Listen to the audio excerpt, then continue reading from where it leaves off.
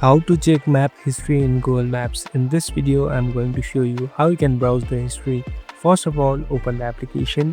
Now here on the right top, you can see your profile icon. Tap on your profile icon.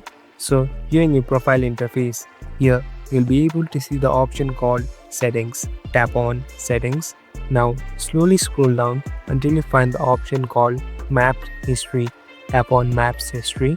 So this is the place where it shows all the map history and all the saved ones.